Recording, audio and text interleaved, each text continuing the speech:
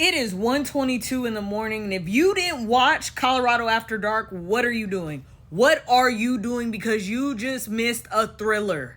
It don't get no better than a Colorado After Dark game. It really don't. That is the epitome of college football. You say, what makes college football so great? Just look at a game like this. Colorado After Dark, where it has to go to overtime. Colorado pulls out this win against Baylor, 38-31. And like many of us, we're watching the game in the first half. We're like, man, I don't know. I don't know if this is going to go Colorado's way, okay? But then Colorado sits there and says, y'all must not know who we got. We got these two right here.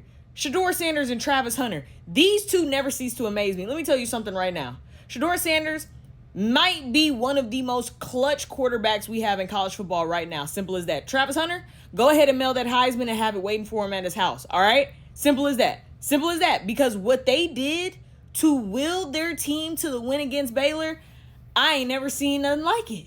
Before we get to the fourth quarter, we do have to acknowledge the first half that really sets up this crazy game that we just witnessed. As you see, the score is 24-10, okay? Baylor is playing really well defensively, a lot of pressure. I think Shedeur had about 6 to 7 sacks in this game. I'm talking about they were dominating. And in the second quarter, you see the time's ticking, 50-something seconds left. If you're Colorado, we got to get a score before half. We got to be able to capitalize. Omarion Miller comes up. He gets the catch, right? It looks like he's down, but no, he's not. You got to complete the tackle. He stays upright, finishes the play, touchdown. Okay, now we're looking at 17-24. They're about to go into the third quarter. But because of this play that Omarion Miller had, it set them up because they needed a play bad.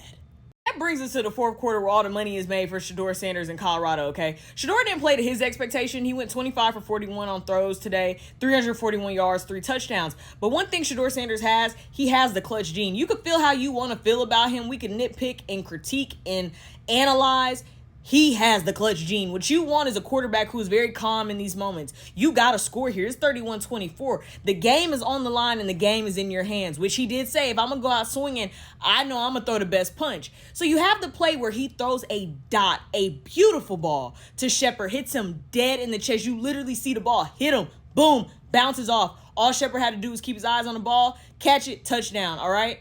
He drops it. Doesn't get it. Most people, when that happens, most teams, they collapse. That's it. They're done, okay? You don't get another chance at a great ball like that. But that rule doesn't apply to Shedeur Sanders because he's like, all right, if I did it once, I'm going to do it again. He then says in the post game that when they called the play, he had Travis go to one side of the field because he knew that they were going to triple team him, which they ended up doing, and it was going to free up everybody else one-on-one backside throw, right? This is where LaJohntay Wester comes into play, which to me, Wester is one of the most shifty players that Colorado has. He has man-on-man. Do you see that picture right there? There are 3 defenders near him. Look at where the ball is. I don't even think y'all are comprehending what really happened in that play. I want you to really look at where Wester is when he catches this touchdown, okay? It's 4 defenders.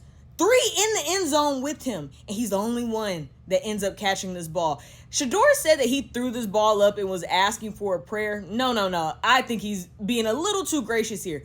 This ball is extremely accurate. To have the trust that you know, man, my receiver is going to have to work around that defender, and I'm only going to put it in this window where only he could go get it. This is in a perfect pocket. It's literally hand-delivered to Wester. Doesn't get touched after he works around the defender. Touchdown, okay? And let me also add, Shedeur throws 2 accurate balls, okay? 2 dots, dimes, and he's getting popped every time he's throwing this ball. He's rolling out left in the pocket, boom, popped as he's delivering this throw. You can't ask for better composure from a quarterback who can walk a team down, do what he needs to do in moments like that to make sure his team has a shot to win a game. This brings me to Travis Hunter and why the Heisman is at his house right now. They already mailed it to him, okay? There are things that you can't really compute that a player does. But what he did offensively, 7 catches, 130 yards. And he had a big 46-yard catch, 31-yard catch when they needed momentum in that last drive. He was that offensive spark. Get me the ball. I'm going to do what needs to be done and put us in the position to where we can score. You can't even put a value on that. To know, man, I know all eyes are on me and I'm going to still go out there offensively and do what I need to do. Maybe I don't score this game, but when I do touch this ball, when I do call for this route, when I do call for you to throw it to me, I'm going to be where I need to be to make sure that we're put in a position for success. Without Travis Hunter having those 2 huge catches in that last drive, they are not set up to score. They are not set up in a position to go do what they're doing. He starts all of that. And don't even get me started on the last play of the game.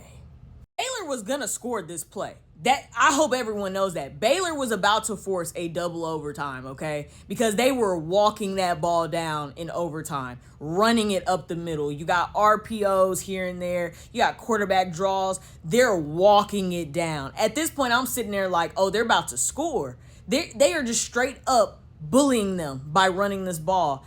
And then you get to the last play. We need a play here. Somebody got to step up. And who comes to step up? It is Travis Hunter.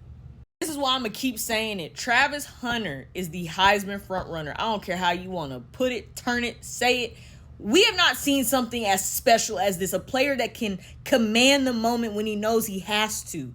You got Baylor finna walk this ball in. They're about to break this plane and run the ball in. What does Travis Hunter do? He steps up. He said he put his mouthpiece in before the play because he knew he was going to have to step up and make a tackle because they don't think he could tackle. What does he do? Lowers that shoulder, puts that helmet down, and pops that thing right on out where the ball is. And what do we see? The running back breaking the plane, but the ball is not in his hand because Travis Hunter has forced the fumble that has ultimately won Colorado the game. I ain't never seen nothing like that.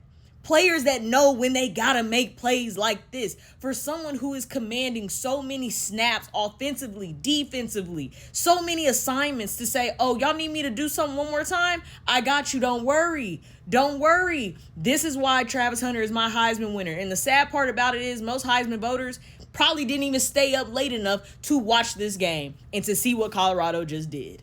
Just look at this. I want y'all to see it. Honestly, zoom in and look at it, okay? The ball is coming out of his hands. He just saved this entire play because they are about to score. And the only line of defense is Travis Hunter putting that helmet down, putting that shoulder down, saying, nah, I ain't about to sit here and try to outmuscle you. I'm going to go for this ball. I'm going to make a play to this ball. We going to let the football decide who finna win this game. I'd be doggone. You can't ask for a better ending. A lot of resilience from Colorado. They could have gave up this game. They really could have, but they fought. And honestly, this win is very impressive for them. Very, very impressive. Is this Colorado's best game? No, it's not. They haven't put together 2 great halves just yet, but a win is a win. And a win like this definitely propels you as the season goes on because their schedule is only going to keep getting tougher. When you look at the first half of this game, it was special teams that really was losing them the game. Big punt return by Baylor that was finna get housed back. Then you had the kick return that they did house back. Then they definitely took advantage of the fact that Colorado loves to be in man a lot. They had a lot of man beaters. You're going to go man, we're going to run the ball. We're going to get some one-on-one situations. We're going to test your secondary. You look at the defense Baylor had, a lot of blitzing, a lot of breaking that pressure that they had. Just the pocket was collapsing very easy for them, making Shedeur uncomfortable. The run game wasn't as efficient. It takes them a while sometimes to offensively get their rhythm, which usually comes in the second half. Even their defense having to get consecutive stops, having to be in the trenches when they need to. That's hard for them at times. But then the second half comes and they really do flip a switch. But I want to see Colorado put it together for the first half and the second half. We need a complete game from them. We know what they could do when their backs are against the wall. I'm very impressed every time their back is against the wall because it seems like they know when they need to step up and they want to step up. I'm impressed by this win. They could have easily said, we're good, we lost, cool, pack it up, whatever. No. They sat there. Defense kept dialing it up. Baylor got a little bit scared later in the game when they kicked that field goal and missed. That's one thing I've learned about a lot of teams when they play Colorado. Towards the end, they play very safe. You can't play this team safe if it's in arm's reach that they could come back and win. That is a mistake a lot of teams have made where they start to get a little scared. They clutch up a little bit in the fourth when it comes time for game time, money time for Colorado. And then you have situations like this where Colorado says, bet, you give us time on the clock, we'll do what we got to do. Big win for Colorado, man. I'm impressed. Amazing win. Colorado After Dark doesn't disappoint.